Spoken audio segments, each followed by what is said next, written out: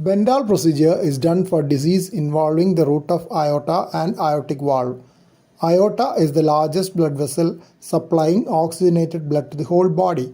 Usual reason for doing Bentall procedure is an enlargement of the aorta known as aortic aneurysm.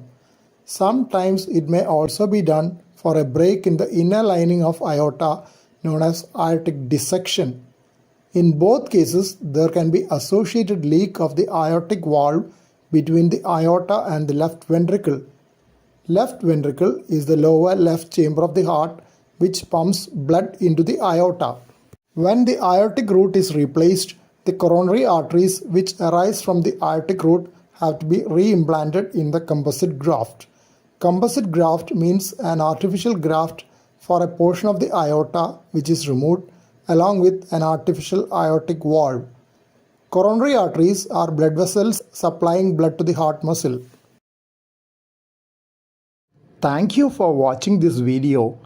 Please subscribe, like, share and post your valuable comment below this video.